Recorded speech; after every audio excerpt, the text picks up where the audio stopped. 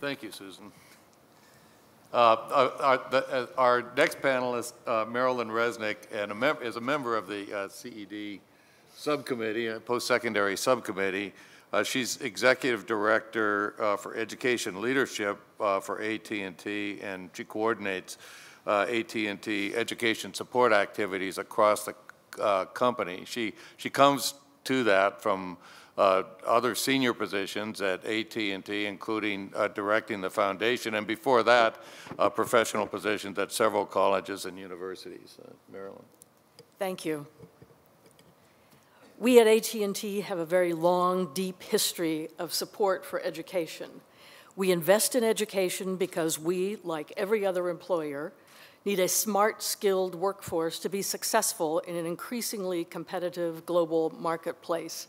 In fact, we believe that investing in a well-educated workforce may be one of the most important things we can do to help America remain a leader in a global economy. There's been a lot of talk today about post-secondary education. I would like to suggest that there's been a lot of national and state attention around the need to improve K-12 education in this country.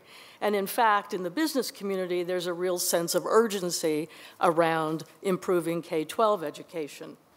As a result, there's been a lot of effort and a lot of resource directed to K-12 education.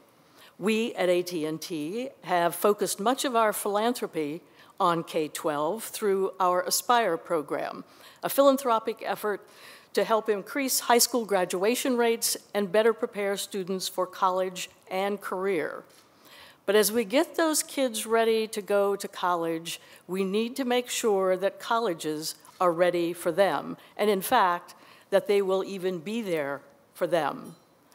While the country has been worrying about K-12 education, there doesn't seem to have been the same level of concern, or at least sense of urgency, about higher education.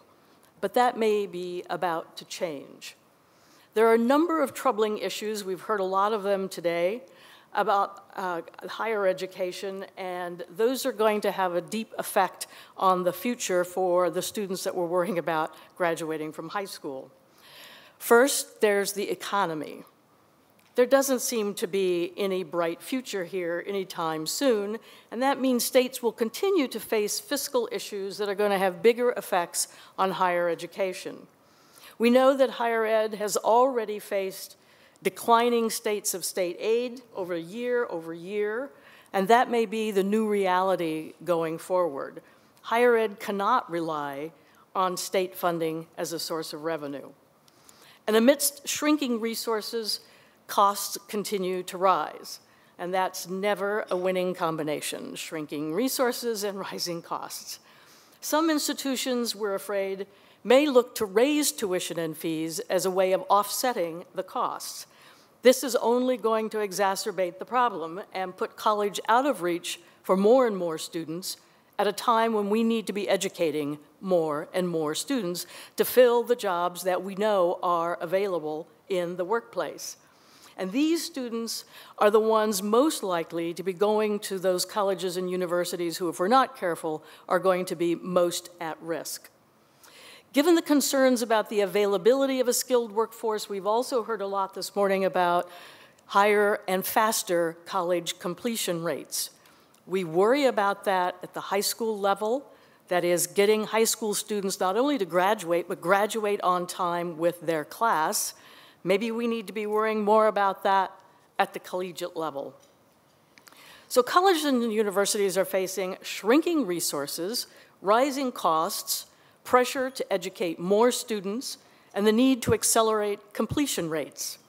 And these concerns are all playing out in a culture that is typically risk-averse and reluctant to change, and in an operational style that is less than nimble and quick.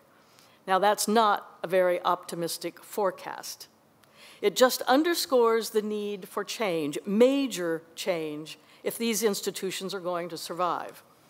This will require more than just tinkering with academic offerings, more than just rearranging academic functions. It's going to require bold new ideas to eliminate administrative redundancies, new financial frameworks to reduce costs, new delivery models, new revenue resources. And it will require a concerted and sustained effort over time to be more productive and more efficient. And yet, often in the most difficult circumstances, there's a breeding ground for innovation. It's no longer an option, it becomes an imperative. Business knows that all too well. Speaking for our company, we know we've been there. Through extraordinary changes in our company, through the ups and downs of business cycles, to the rapid evolution of technology, even the breakup of the company and the divestiture of assets, and then to mergers and acquisitions to shape a new company. Is that scary? You bet. Is it painful? Yes. But it forced us to change and keep changing. And during the course of that, innovation bubbled up in a way that allowed us to forge a new company that is stronger than ever. We now need to help our education institutions do the same.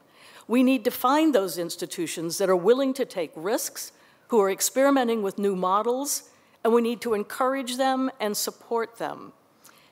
After all, we do have a vested interest in the outcome. Our futures depend on it. Thank you. Thank you, Marilyn. Can we take a few questions? Carl, could you come on back up then? And we're open for